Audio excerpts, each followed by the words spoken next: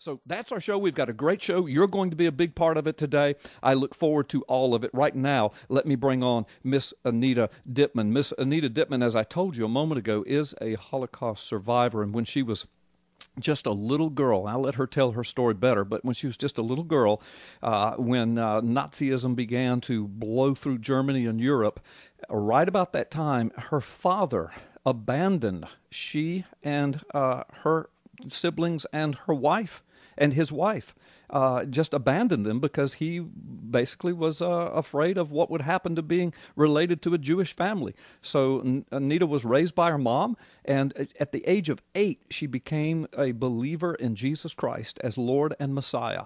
And by the age of 10, the war had begun. She's written a book, along with Jan Markell, my dear friend, entitled Trapped in Hitler's Hell.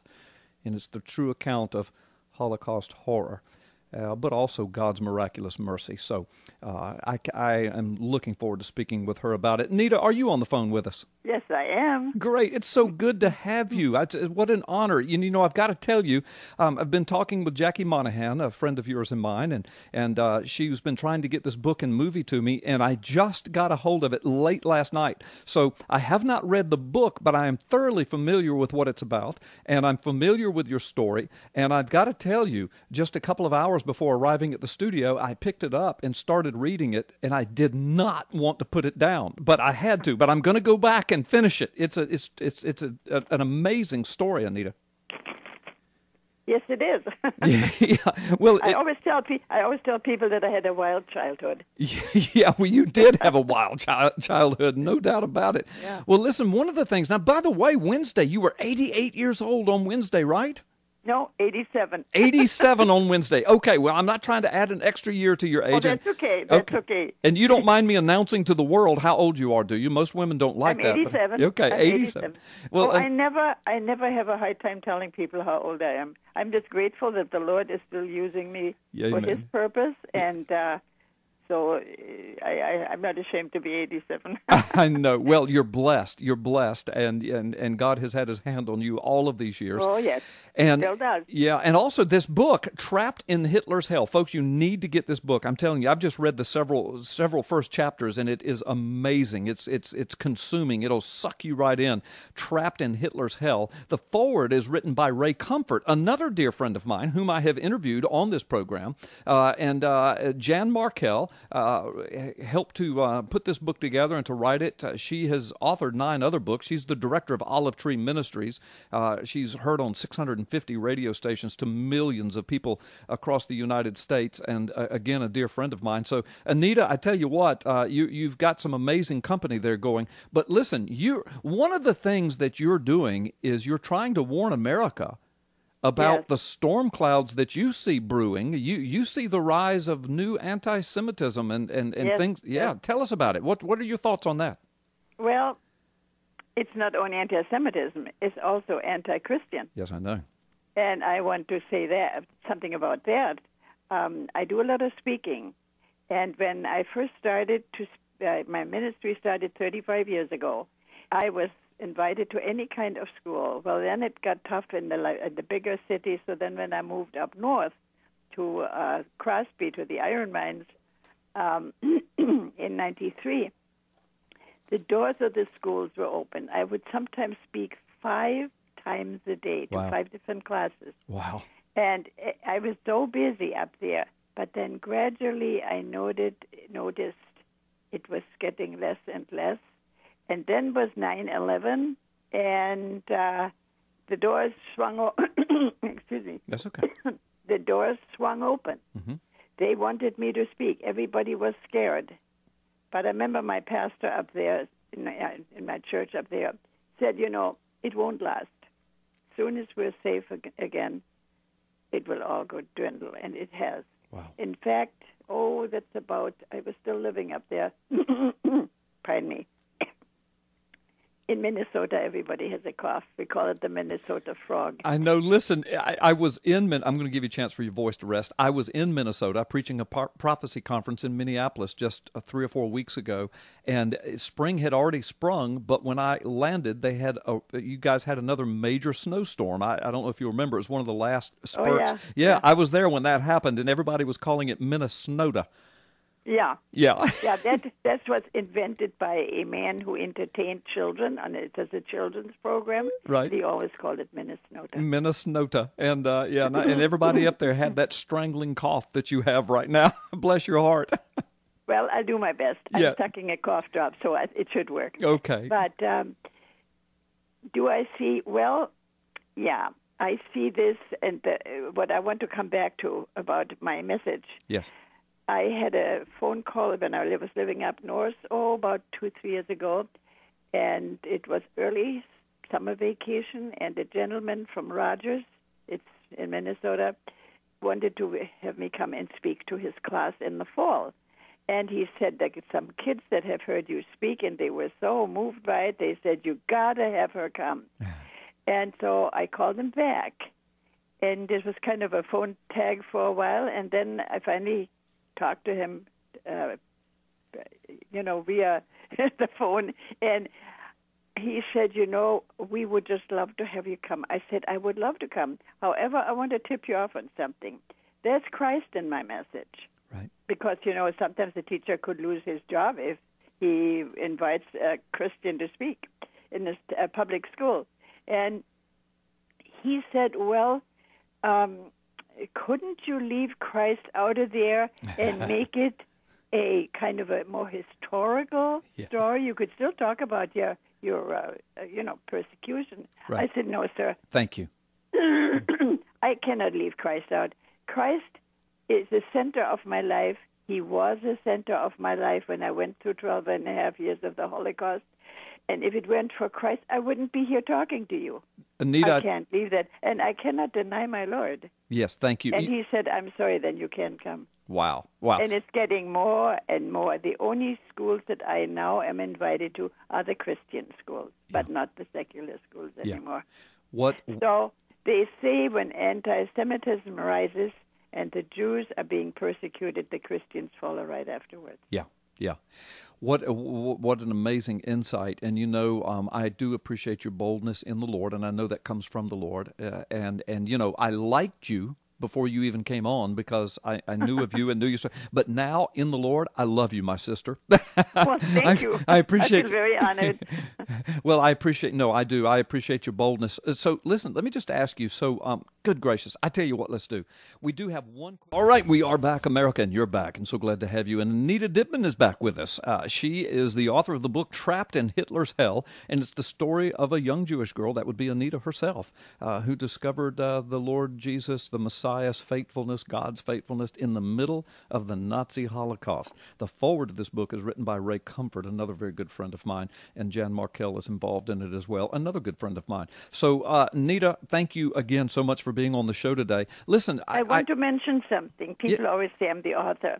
Yes, I am in a way the subject, but Jan did all the writing. I gave her everything in detail, and she recorded some of it, and then I gave it to her in writing, and from there on, she wrote the book. Well, there you go. Well, I like to give her the credit that credit is due to her. Absolutely, and I will as well. So she is a tremendous writer. She's written, I think, 8 or 9 other books as well. She's fantastic. Yeah. And Tyndale was the original publisher, and they told us when we sent the manuscript, they said it was beautiful, but people don't read as much anymore. It has to be, no more than about 180 or 90 pages. And so she had to condense it from there. But she did such a fantastic job. Only I know the gaps. Yeah. I hear you. Well, and this book is published by W&D Books out of Washington, D.C. Yes, it is now. Yes. Yeah. And it has been published several times by different authors, and now the final one is W&D, and I'm very grateful, although I still love my previous publisher. I'm still in touch with her as a friend. But I know W&D is doing a great job. Yeah, they're marvelous, marvelous publishers. And as a matter of fact, they've also produced a documentary movie about your book by this title. So, folks, you can get the book and the movie, Amazon.com, W&D Superstore, and probably anywhere that good books are sold. And Jan Markell has a whole lot of those. They can order it from her, too. Okay, good. You can get them from Jan Markell and her website as well. It's called Trapped in Hitler's Hell. Trapped in Hitler's Hell. And you know, W&D Books, they have the highest percentage of New York Times bestsellers of any publisher in the world. Yeah, they're tremendous publishers. I want to talk about you, but I'm very blessed. I have 2 books published by W&D Books and a third one on its way. So I know what an excellent publishing company they are. But back to you, Anita. Back to you. Mm-hmm. So you found Christ at a very early age, around 7 years of age. And tell us about that. I have to get a little past. Before then, what happened was. My father left us, but for me, life was wonderful because I was very blessed. I had a very agile body, and my mother enrolled me in ballet when I was only 4. And by the time I was almost 7, I was between 6 and 7, my teacher said, "You're going to dance with the big girls now," and she invited me to be one of the performers in solo dance. And the review was overwhelming after I danced, and a huge audience. And of course, Hitler was already in full swing. And the review read it says that the dance was superbly performed by young Anita Dittman, way above her age level. But the German people are not willing to be entertained by a Jew. Yeah. And I thought my world would come to an end. And my teacher had promised me that, all the wonderful things that would happen if I became a prima ballerina. And she was one, too, at one time. And she said, people will literally worship you. But it was only about 2 months later, it was Easter time, and my playmates that had invited me to church to go with them many, many times. And my mother gave me that freedom, although she was not a believer. And my father, of course, was an atheist, but he had taken off and left, and we didn't know where he was. But I thought my world was coming to an end. And then when Christ, it was on that Easter morning that Christ came into my life, I was so blessed. I felt a freedom inside of me. I had a feeling of how should I say, total security, much more than I experienced in those first 5.5 years of plush middle-class living. It was different, and I was so excited. I ran home with my friends after the service, and I burst into the door of our apartment, and I wanted to share this with my mother and my sister, and my sister raised her eyebrows and shook her head, and my mother just smiled, and she says, "Honey, I know your wonderful imagination. Come on now." I said, "It is not my imagination. It's real, Mom." But they weren't ready for it yet. And I remember I was almost in tears when I talked to my friends, and I said, "What am I going to do about them?" She said, "You can't do anything about it." She said, "Just let them know how wonderful it is to have Christ and the blessing and the security and the comfort and peace, the inner peace. But you can't do anything. You let God do it. Hand it to Him. Talk to Him. And He will take care of it." Wow. And they were right. Right. He did, because I was about 11 when a wonderful minister came into our life from an inner city church. He was one of the confessional church of the Lutheran Church, right? Like Bonhoeffer and Niemöller. And he loved the Jewish people so much, and because of that, because of his unwavering faith that never ever let the Nazis in at all, and he stood up for his faith, and he could have been put into a camp, but the Lord protected him, and it was through him that my mother became a Christian finally. She saw not only his teaching and his preaching, but his life, that he so boldly proclaimed the faith and also the love for the Jewish people. Yeah. And there were several Jewish people in that Bible study that also converted to Christianity. Wow. So you see, I always say you can know the Bible backwards and forwards. You can, repeat every verse that's in it. But if your actions don't follow, we're not very convincing. We got to live that way too. That's right. And that's hard. And it is hard, but that's a good word. That's a good word. Spot on. Listen, we've only got about a minute and a half. Tell us some of your experiences. So you, as a teenager, then you were in some of Hitler's concentration camps. Tell us about that. Well, at first they picked up my mother. When I was 16, they came and picked up my mother, and they took her to a camp called Theresienstadt in Czechoslovakia, but I was able at least to send her some food packages now and then. Of course, I was suspended from school when I was 15 because of my Jewish heritage, and was put into heavy factory labor. And then one fine day, about 7 months after they had picked up my mother, I got a notification to stand in line the next morning, and I went to a camp that was strictly for